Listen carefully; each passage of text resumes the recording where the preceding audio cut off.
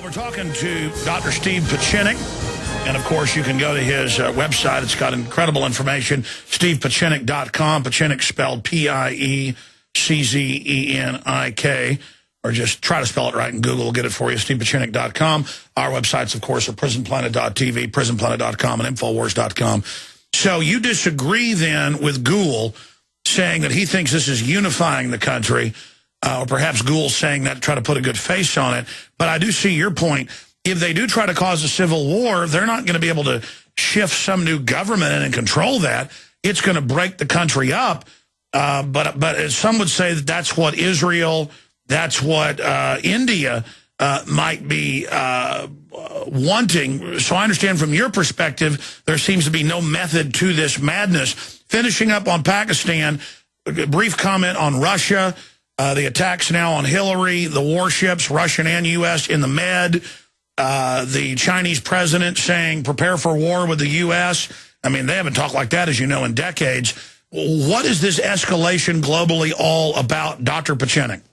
It's very simple. What they see is a weakness in the President of the United States. When Russia sees a weakness in a president like Obama who cannot assert his will or is not strong, they start to attack the president. I have to give credit to Hillary for standing up and saying to Putin that, in effect, you are crooked. Furthermore, first of all, you have to know who Putin is. Putin worked in the Stasi under Marcus Wolf for 8 years. He was trained by East German intelligence. In effect, I will tell you something that will be shocking to most people. We in the intelligence community put Putin back in there in order to stabilize Russia after we took down the Soviet Union. The reason we did that is Yeltsin was totally corrupt. It was dismantling the entire republic. And ironically, in the game of stability and national interest, Putin is really, let's say, the outsourcing of CIA and intelligence work at a time when we really were effective in doing what we need. So Putin is there to good grades of the U.S. government. In turn, he's told to cool it because he knows he's becoming increasingly wealthy by supplying gas and oil to Germany.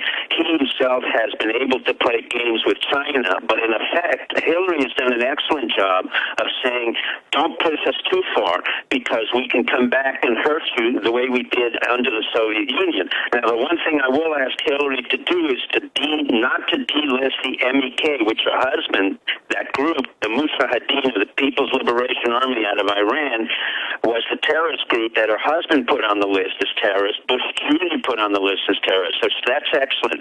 China, in turn, is having an economic problem. They're not exporting as much as they can. They have to pay more money for their middle class, and they're having over 75,000 riots a year, which they should have. And actually, the Chinese middle class and students are being thrown out because there's not enough work for them. And I would say to my Chinese compatriots there to continue to fight the Chinese government. The Communist Party is encroaching, as the New York Times showed very well, into private entrepreneurs. So what's happening is, in order to distract the attention away from China, they're trying to project their force structure into East Asia. And we, in turn, correctly are moving our naval bases, the CPAC, that's Command-in-Chief of the Pacific, we're moving all our naval assets into the Straits of Malacca, the China Sea, in order to deny access to the Chinese transport systems so that if they get out of control, because there's an area called the Spratly Islands where there's a lot of oil, and China has illegally claimed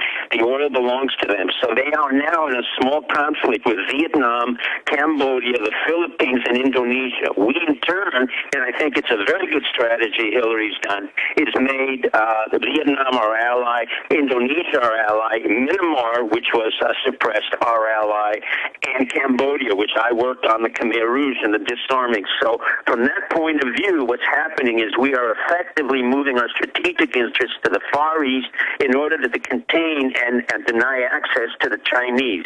In terms of Europe, we have a real problem, but not as much of a problem as everybody believes. Our exports to Germany, France, and Italy are not as great as everybody thinks. What is a problem is, again, the issue of the porcines of the world. He is totally corrupt. Now, I say this not as a psychiatrist, as a man who changed regimes, but I was also a managing director of a major investment banking firm, which I took down in 6 months because of their own corruption. That was Kidder Peabody. So I know exactly what Corzine did.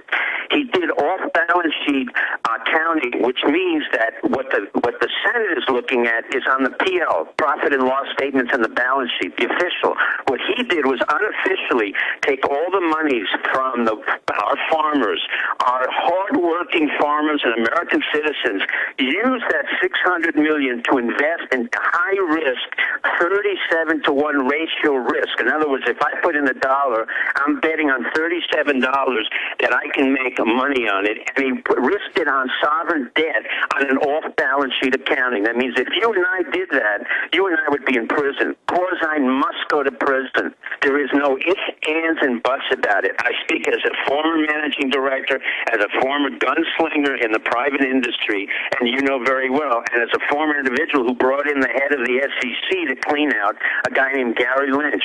Corzine must go to prison. If he does not go to prison, it will be an indication to our farmers, to our citizens, that the system is so corrupt that not even the most corrupt of all of them will be exonerated. So we have a problem here. And if our judicial system can't handle it, our legislative system can't handle it, then the people of the United States, the farmers and the American people, must handle it personally, because he is corrupt. All right, Doc. Doc, we're out of time. Hopefully we can get you back up next week for an update. I'll come on next week. I like it. Thank you very much, Alex, and thank your audience. All right, thank you for coming on with us.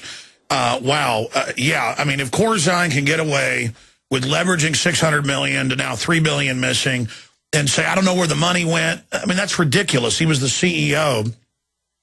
And for the first time in the mercantile's history, just say, the money's gone, you're not getting it, most of you. And people's private accounts of companies they'd bought, and then they looted the accounts. Just amazing. If they can get away with that, the sky's the limit.